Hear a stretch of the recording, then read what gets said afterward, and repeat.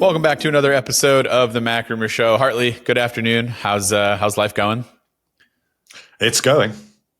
Yep, that's pretty much all I can say here too. It's a gloomy, rainy day, as usual around this time of the year. I'm glad to see that you're not being completely shuttered with sunlight as you normally are. Makes me feel a little better. Too soon, though. Yeah. Oh, the UK is always cloudy and it's always sunny whenever we record.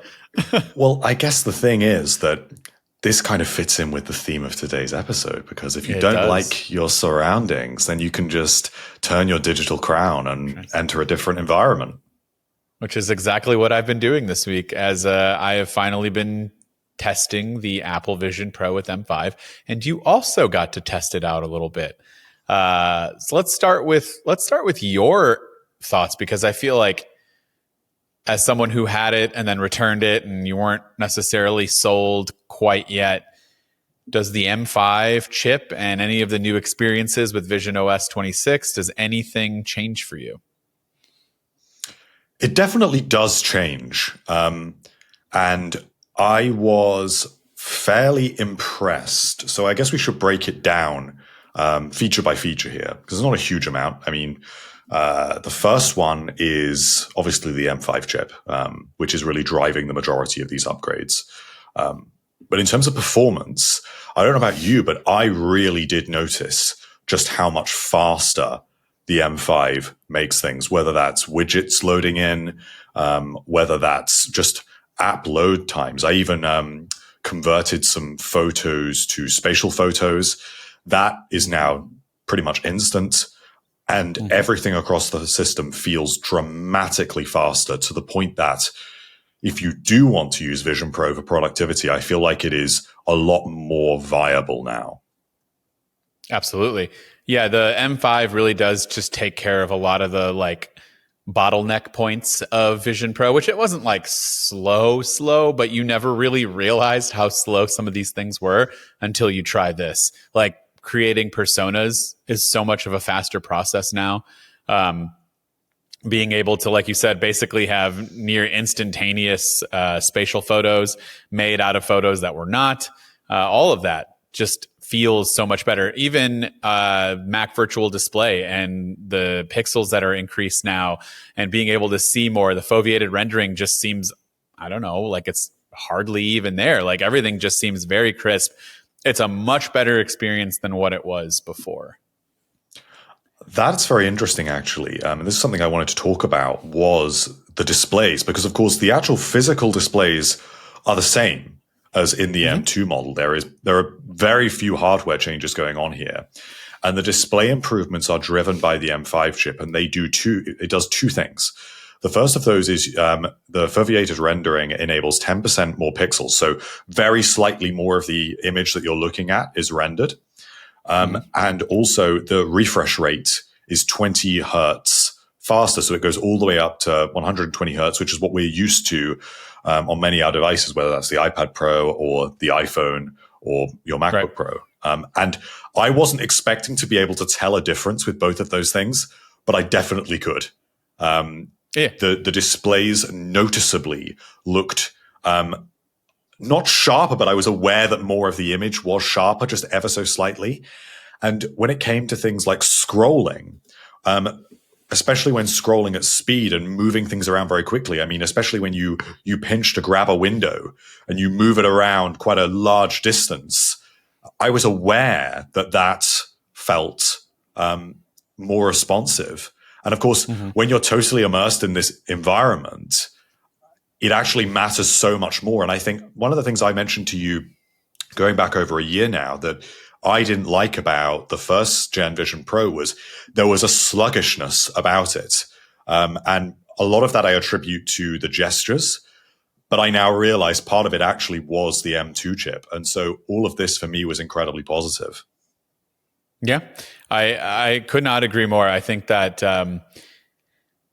from a performance standpoint, I don't think there's really anything more that you can ask for with the current hardware now. I think everything's pretty much in line. You got what a lot of the people were complaining about, I think has been sufficiently improved upon. And now it's just up to visionOS to kind of catch up. And I feel like there's a lot of good in visionOS 26. Before we started, we were talking about personas. I'm going to say I'm putting out a video. It's going to be out today. So by the time you're watching this or listening to this, you'll be able to go see it. Go take a look at my persona from the first day I got Vision Pro. What was it? February something 2024. Go look at that persona compared to the one that I created a couple of days ago. And just look at the dramatic improvement. And this is not an M5 thing. What does get attributed to the M5 in the persona process is the setup. It was not super slow, but it wasn't the best. It just does take a little bit of time to generate. This is so responsive, so much faster. And that's thanks to M5. But the look of your persona is a lot of software and a lot of visionOS 26 that's enhancing how much better. And it has improved over the years, but like, I'm just looking at the first one that I've done to right now. And I mean, a lot of it is my appearance has also changed a little bit over the last, nearly 2 years. I've lost some weight, so that definitely helps. But I mean, my goodness, there's a huge change. It just looks so much more lifelike. The 5 o'clock shadow that I had when I did it, like the details of my face. I have a birthmark here. Not sure if people have noticed that. That was much more present, like compared to what I was working with before. It just like didn't have any definition in my face. And part of that is just the way I looked at the time, but also it's just the way it was being processed. It didn't look super great. And now it just feels so much more lifelike. And on top of that, I had a briefing with Apple on the Vision Pro, and we did it through FaceTime together. And with this new persona and the way it just feels more lifelike and everything. And this was the first time I've done this in a while because I don't know many people that still have their Vision Pro. So I can't go and FaceTime with other personas just on command. It's an eerie feeling because of how realistic the other people do feel and how weird it is that we were just in the middle of Mount Hood, like having a conversation in a professional environment, but like not really from the settings that you're in. But like seeing how, I know some of these people personally and seeing them in their persona, it just felt like we were there and we were doing like high fives and like you get that feeling, that fake feeling that you actually could high five the other. It's cool and it's weird, but it's so much more improved than what it was before that I have to say, for those who trash Apple with Apple Vision Pro, I'm sorry, but this is still one of the leading like products in this class for some of these things, for a lot of these things. And one last thing on that note, they brought in a Vision Pro to like go over the Vision Pro. So there's a 3D model that looked, and like just, I can finally see the sense of like how enterprises and businesses actually use this and just how useful that would be, because I work by myself. I don't need to be looking at a 3D model with somebody else and discussing things like that. But in this instance, this was one of the very first times I did that. It was cool. They were showcasing a Vision Pro while I'm wearing one and being able to show you how the new dual knit band works and how all of these things. And I can really get a sense of just the feeling of, oh, these people are in a room with me and they have a real Vision Pro in their hand. That's how it felt. So it does make a lot of sense why a lot of people who do use this for work really like it, because it is something that you can't really achieve without actually being in real life personally. So those are my thoughts on that. I totally agree. And I think the difference with the new version of personas is dramatic. There's always to some extent going to be a bit of an uncanny valley experience with weird. These, probably at least for the next few years. But considering how far they've come, I think that they are maybe 90% of the way toward being totally lifelike now. They are nearly there. Like I would not feel uncomfortable having a quick FaceTime call using this. I think if I had a Vision Pro and I got an incoming FaceTime call and I knew it was going to be just 10 minutes, I'd be okay to just take that call. Would I want to do that for an hour, for a prolonged call, for a serious call with family or friends? Probably not. But it's getting there. Previously, I would not have wanted to do it. I did actually have a FaceTime call when I had my Vision Pro with some of my friends, and I was the only one using a persona, and it was pretty awful. Those screenshots live on to this day. Well, and that was early on. Yeah. Well, I'm never going to live down mine either. My persona, literally, we've talked about this before. The comment of someone saying I look like a thumb has been ingrained into my brain forever. I'll never forget that. One of the meanest, but also hilarious and most true comments I've ever seen. And every time I see that picture, and if you guys go check out the video, it is probably even the thumbnail that we use, because we have one of them just showcasing the drastic difference. Like, it's crazy. It's so much better now than what it was but then. So if you tried it then, I implore you to go try it again, because it is so much better. And it's only been a year, and there really hasn't been any hardware improvements aside from the M5. And like I said, for some of this stuff, this isn't M5. This is just innovation and implementation of new software features that are leading to these developers who are doing a fantastic job with visionOS, making things better. And one more thing on the persona and like being, they kept talking about, they did like a slideshow, that was cool. Like, I totally understand the work aspect. What I want to experience now is like watching a TV show with somebody, doing share play and things with somebody who has a Vision Pro. Because again, I don't really know anyone that I want to do this stuff with, but hopefully in the future, maybe that'll be something. Maybe, I'll have a secondary unit and I'll give it to my wife. And when I'm traveling for work and I'm not there for, a whole week at a time, we can watch a show at night, from the comforts of our locations. And it does kind of feel like you are in that room with that person and enjoying that time. So, it's a good device for these very specific and, dare I say, niche instances. But like, I just don't know how else you can get that same feeling without actually being in the room with that person. Hey guys, just want to take a quick break to let you know this episode of the MacRumors Show is sponsored by Notion. You know how there's only one of you, only so many hours in a day, and only so much focus to go around? What if you had a teammate that could work just like you do with all of your context, but faster? That's exactly what Notion's new AI agent feels like. It's built right into Notion, and it can do anything you can do there. Organizing projects, writing summaries, even automating tasks that normally take hours. For me, it's been a total game changer, especially with the MacRumors channel and videos and podcast episodes. Instead of spending hours digging through my notes or emails and scripts, the Notion agent just gathers all of that info into one page, structures it, and even drafts ideas for questions or topics. It's like having a production assistant that already knows how I work. Notion brings all of your notes, docs, and projects into one connected space that just works. It's seamless, flexible, powerful, and it's actually fun to use. And now, with Notion Agent, your AI doesn't just help with work, it finishes it. Your agent taps into your workspace, the web, tools like Slack and Google Drive to actually complete the tasks that you assign from start to finish while you focus on the bigger stuff. So if you're ready to offload some of your busy work and let your new AI teammate handle it, try Notion with Notion Agent at notion.com/macrumors. That's all lowercase, notion.com/macrumors to try your new AI teammate today, Notion Agent. And when you use our link, you're supporting our show. Notion.com/macrumors. Thanks, Notion, for sponsoring this episode. I think that my conclusion about all of this is there are some issues here, and we'll get into that. But I think it's worth pointing out at this stage that I wish that this is what Vision Pro was like when it launched. There is so much more immersive content available now. It's more comfortable, as I'm sure we'll discuss. And the hardware is a lot more capable, but just generally there's content, and the experiences that are there feel more finished. Even the gestures have improved. The way that you went to the home screen when Vision Pro first came out was singularly by clicking in the digital crown. That was the only way you could get access to the home screen. Now you just flip your hand over, which is way more natural. You do this, and a little dot appears. You tap that, and then you flip your hand over. The idea is that you don't need to lift your hands up. And that makes so much more sense.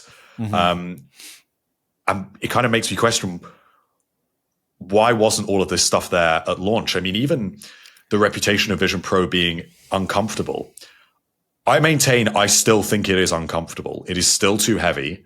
And by the time I finished my demo, I had it on for the full half hour. And by the end, I was glad to take it off. But I will concede, it was a lot better. And could I imagine myself watching a movie with it on now? Probably. I probably could get through that now, in a way that before I just couldn't. It was just needlessly uncomfortable. I didn't see why I'd want to put myself through it. And that's kind of what frustrates me, because I don't think Vision Pro would have quite got the reputation it has got for lacking content, being uncomfortable, not being sufficiently useful, if all of this stuff had been there at launch, or if Apple had delayed its launch and maybe not announced it at WWDC in 2023 and instead announced it in 24. Yeah, I kind of stand by the fact that I feel like Apple was just pressured to do it, and that it was not ready, but it was ready enough. I mean, I'm sure everyone who works there will push back on it, but I would suggest maybe you don't, because this gives you an out as to why it wasn't so great. I mean, it was still really, and that's the sad thing. It's like, it was still really good for us to be like, yeah, this is one of the best headsets I've ever tried.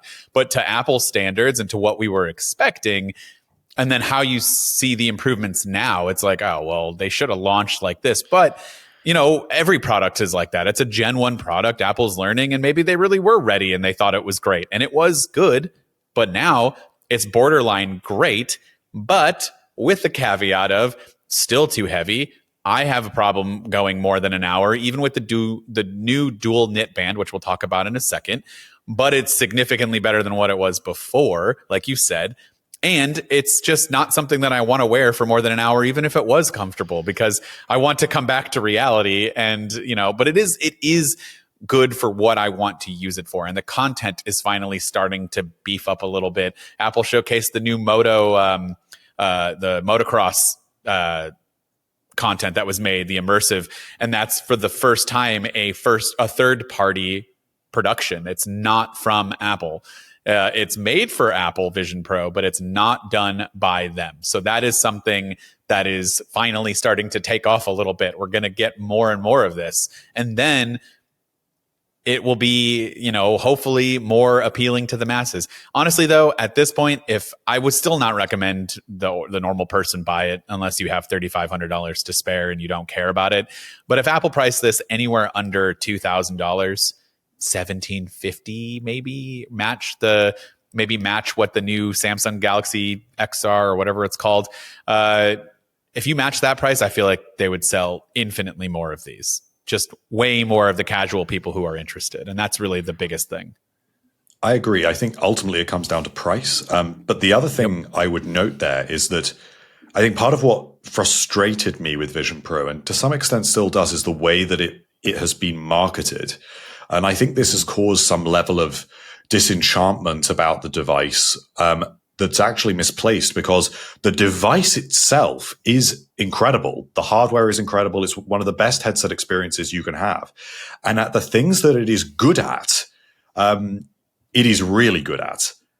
Yeah. But the problem is that Apple told us that the future was spatial computing. And the way that it presented that to us was with things like, you will decide to put your headset on when you want to meditate. You will put your headset on when you want to look at spreadsheets in Microsoft Excel. And those are the sorts of examples that they gave us. And even with personas, they told us this is how you will want to make a FaceTime call. But actually, I feel like the argument would have been so much stronger to say, yes, this is not for everyone. This is a professional device. This will be useful for architects and designers. And here's the new Logitech stylus accessory that works so well for that. It's great for watching movies. Look at all this immersive content. It's great for looking through your photos.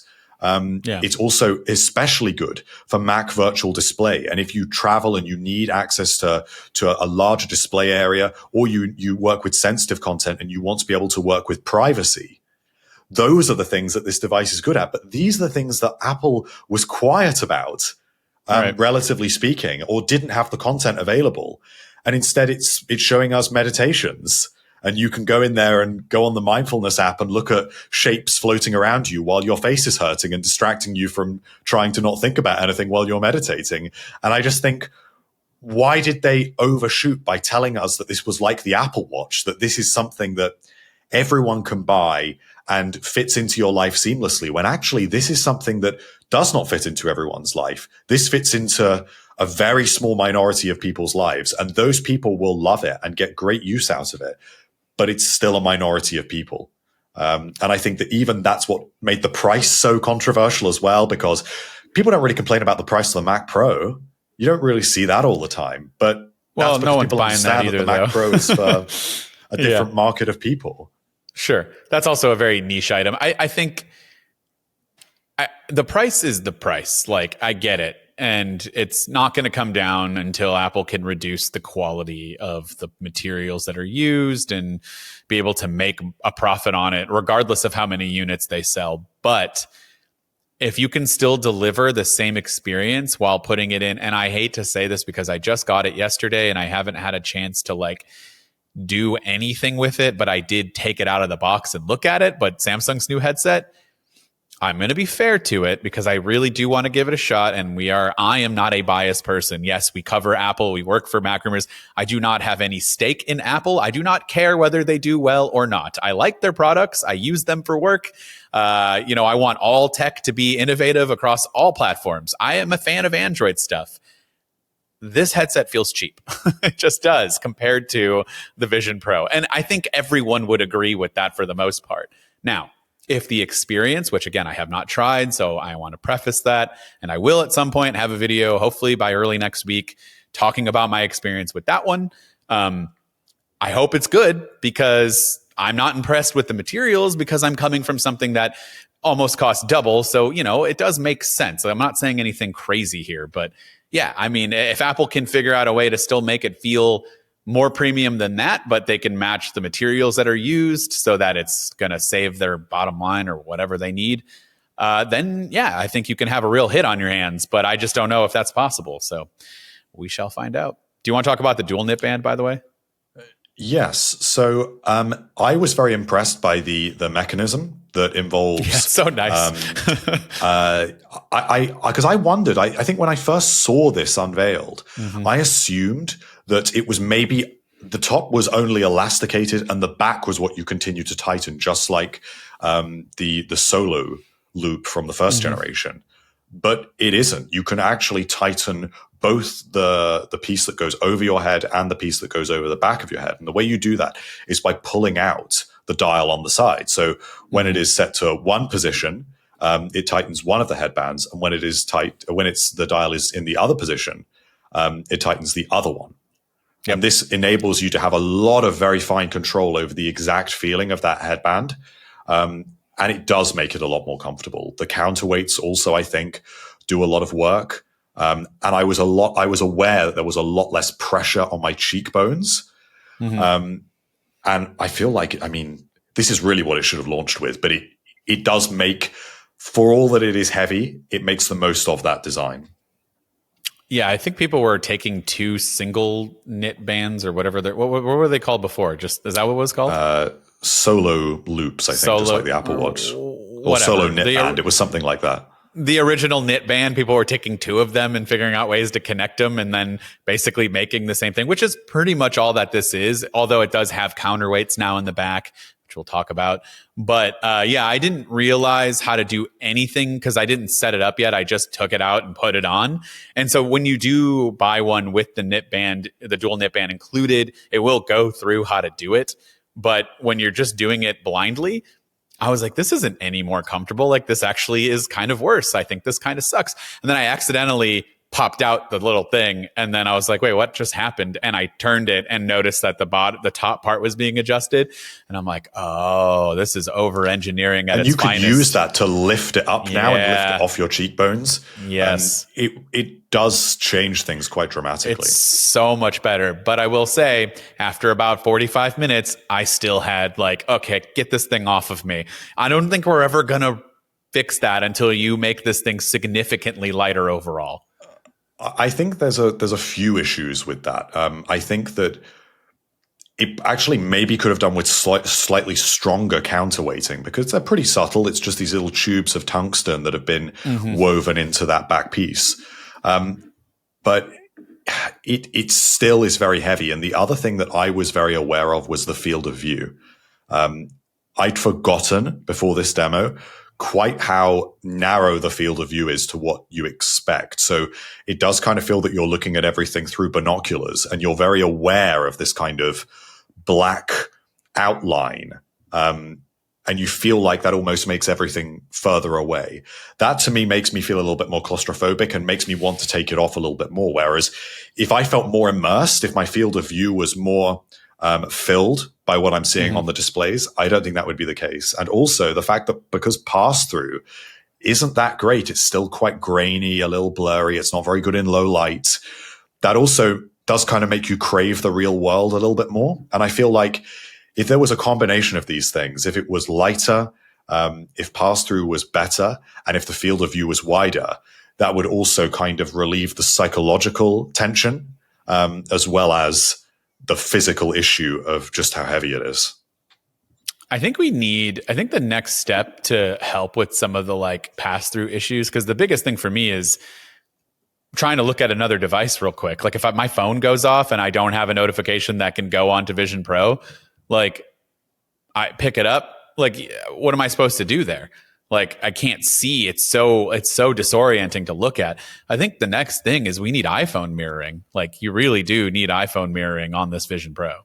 That's just my personal suggestion. Maybe that'll be a feature that comes down the road. Because like trying to get a verification code and you have to look at another device to do it, like it was hard to read. I'm not going to take the headset off. I don't know. We have notifications from the iPhone on the Mac now. We have Mac mirroring, iPhone mirroring on the Mac. So if you click one of those notifications, it pops up. And it really should be able to have some solution for that. The same goes for the Apple Watch. If you just glance down, all of this makes me wonder if Apple hadn't moved all of their resources away from headsets and toward smart glasses, as we talked about a couple of weeks ago.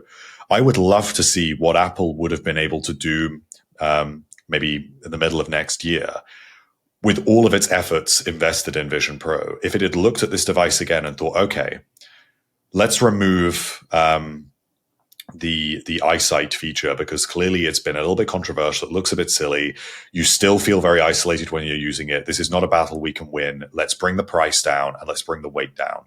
Change the materials, maybe try and improve the field of view just a little bit, and bring the price down just a little bit as well, even if they could only bring it down by maybe $1,000 and it was at $2,500. That device would be so much better, I think. And it wouldn't take a huge amount to do that. Yeah.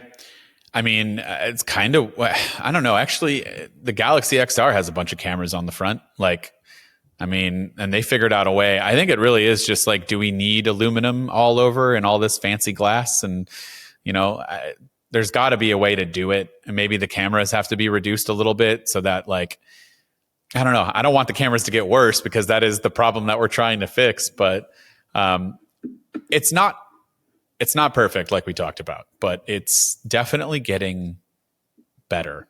And I just want to see a proper generation 2. I don't know. I don't know what they're even calling this, the new Vision Pro, but it's really not that new. This doesn't count as a second generation. No, but it looks like we probably won't be getting another one till 2028 or later. Right. So I was going to say, I feel like they're kind of talking about it like it is a new Vision Pro, you know? I don't know. I mean, I had some interesting conversations in the Apple Store when I went to try it out. So when I went to use it, they said to me, "Oh, have you used a Vision Pro before?" And I said, "Yes, I've used it quite a bit. I had one last year." And they said, "Just so you know, the new one isn't any different." And I said, "Well, I'm interested to see if some of the things are different. I'm aware that there's a new headband. The display should look a little bit different if you look closely." We had a conversation about all this, but their opinion was that it's essentially no different. And there are another couple of funny things that they said, because I was on a table with it was 3 other employees, and one of them was running a demo as well. So there was this kind of broader conversation going on. And they said that they sold a Vision Pro the day before, and it was like it was this amazing thing in the store because they just never sell one. And they were still so amazed. They were like, maybe we'll get 2 in a row. Maybe it was so rare that we'd sell one. Maybe we'll actually sell 2. And so that was pretty funny. And the other thing was they were talking about Meta Ray-Bans and how they think that Meta Ray-Bans are a better product. And I was pretty shocked that people that were trying to sell this product to the two of us that were having these demos were pretty much saying, like, we've got these headsets, we don't use them, we're not going to upgrade to the new one, and realistically, Meta Ray-Bans are a more worthwhile purchase at a lower price. And but they're just different products, though. They are different products, but like it's interesting that that's where I didn't bring them up. These are Apple employees that are responsible for selling these devices, and they themselves are pointing out that, like, that's where the market's going, and that's what they're interested in. That's the kind of product they want to be selling, and that's what they feel obligated to bring up, which I thought was fascinating. I get a sense that Apple Store employees do not like the Vision Pro. I told you that when I have been going in over the last, since it came out to now, every time I go in Apple Store, I do see people demoing it. Did I mention last week that I talked to the Apple Store employee and someone bought one and they're like, we haven't seen anyone purchase this ever. So it was very much the same exact thing that you just said. And I'm like, wow, okay, so maybe I'm wrong. Maybe I'm not. But I do see people wearing them. I wonder if they just don't want to go through the entire, because it is a 30-minute process. And I wonder if they're just they said you don't want to try this. Do you want us to do the demo or not? And I was like, well, I do know how to use it. And they said, just do what you want. We're here. So they're very much over that whole process. So I just had free reign for the whole half hour, which is pretty good for me because I know how to pinch to zoom with it and whatever. So it was actually nice to be given a bit of free reign to dive into some third-party apps and do what I want. I mean, they will let you do that because these demos are not designed primarily for people that just want to try it. They are designed for people that are going to buy it. And if you're going to drop this much money on this device, you will want to be able to try things out for an extended period. I think the other guy that I was there with, he must have been there in that demo for like 50 minutes.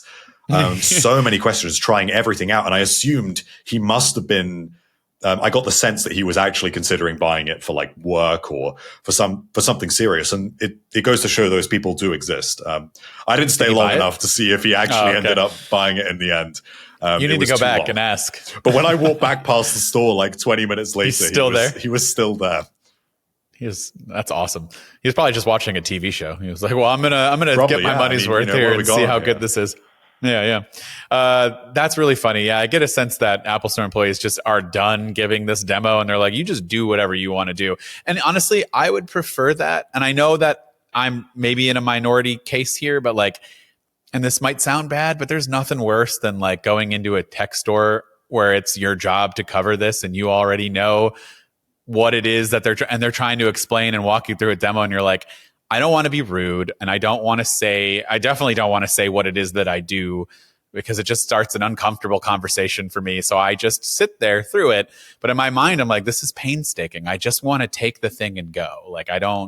But they're doing their job. And Apple Store employees do a great job. I will say, if you do work for Apple corporate, you might want to talk to your retail stores and tell them to not say to people that there's no difference at all between the M5 Vision Pro and the previous generation, regardless of how true you might think that is. Because we just spent 20 minutes talking about how there are a lot of good changes. Just it's not super noticeable when you look at them side by side. It's not noticeable at all because there's nothing different about the physical product.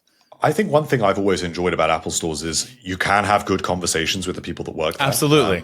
About the products. And so I do appreciate it that a lot of the time Apple employees are not just singing from the hymn sheet and just giving you a sales pitch. Because sometimes I have had that. Like I told you about that experience I had where I was looking at the AirPods Max and I was saying to my friend, they're basically no different to the previous gen. So it doesn't matter if you still have everything on Lightning. Just pick up a cheaper version and buy the old ones. An Apple employee came up to me having overheard that and said, no. They are different. They support lossless now. You can't say they're the same. Yeah, that person doesn't know what lossless means and knows how to achieve it. And it's like, those are the interactions that I don't appreciate, but the ones that I do are where they can have a conversation about what Meta's offering, and they will be honest about, I've also had it where people will say, oh, you don't need to upgrade right now. What your current device is fine. And when I hear conversations like that, I actually think that's really good, because it builds trust between the customer and the company. And I actually think generally Apple has been pretty good at that in its history, because I think it does build that environment for more natural conversations with the people that work there, at least most of the time. Sure. But I mean, if I was an Apple employee, I would hate doing Vision Pro demos, because you've got to clean it. You've got to put the little piece of tissue around the light seal every time. You've got to, if someone has glasses like I do, you've got to take them off the customer, put them in the machine. Then someone in the back room has got to put the lenses in. All for you not to buy it. Pair it on the iPad if it's not pairing. Can you put it on? Can you see this? Can you see that? It's such a whole thing. It's not like you see this MacBook, just go try it. Yeah, it's thinner than the other one. Maybe you might like it, maybe you might not. They go through all of this for you not to buy it. So you know what, Hartley? The next time you go in to test it, you better buy it, because they're just putting in hours of labor for this process. I do appreciate Apple Store employees. I've always had wonderful interactions. Obviously, like what you said, I've heard somebody say the other day that the AirPods Pro 2 were better than the 3s in their opinion. They just thought it sounded better and fit better for them. And honestly, that's not the first person I've heard say that. That's another conversation I think we should do. There's some AirPods Pro 3 issues that we need to tackle. But yeah. And shout out to the employee that was very nice to my kids a few weeks back when I was getting an Apple Watch band for my wife for her birthday. They came up to me and were very nice. And my kids actually now think I'm relatively cool because I got recognized as a YouTuber. And they're like, he makes stupid tech videos. Why is that cool? And then when this happened, they're like, oh my God, are you like Mr. Beast? And I'm like, no, not at all. But in this very specific, instance at occasional Apple stores, this will happen. And so, but shout out to all the Apple Store employees. We see you, and shout out to the Vision Pro engineers, because you did a good job on this update. I don't know that it's going to move the needle or sell anything, but, it's still a good product for what it is. Is there anything you want to touch on before we wrap it up? I would say that the chances of me buying this Vision Pro are higher than they were for the previous gen. But it's still a no. For now, it's a no. But I can totally imagine me waking up in the middle of the night in 2 months and thinking, "No, I'll just buy one." I kind of want it. I got a couple of cross-country trips that might happen here in the next month. I might take it with me for the first time, by the way, guys. I have never once traveled with my Vision Pro. I will still stand here and look you straight in the eyes and say that I am very self-conscious to be wearing that gigantic thing on my head. I think at this point now, I don't care anymore, and I need to make a 4+ hour flight better. And I think that is one way in which I can do that. Especially if I want to get work done without people seeing what I'm doing. And editing yourself on a screen next to somebody 3 inches is just always a weird experience. And so I would prefer to do that in isolation and watch whatever content. Don't have to worry about, is it inappropriate for children around me? I don't know, just stuff like that. So I'm going to give it a shot, I think. I think I need to finally start traveling with it, because that is probably a huge thing for people who own it and use it. They probably love doing that. So I just need to step up and do it. It's also just hard to put in your bag when you've got camera gear and all this other stuff. It's not like the case is small. It's not a small footprint. There are other cases out there, but the Vision Pro case that you get from Apple is so nice that I want to take that with me, but it's like its own carry-on bag to begin with. So maybe we need to work on that. But would love to hear from you. Maybe next week I'll give a quick update. If you guys want to hear it, let us know in the comments on the new Galaxy XR headset, because that is another option now for people out there, especially if you're in the Android ecosystem. We'll catch everybody in next week's episode.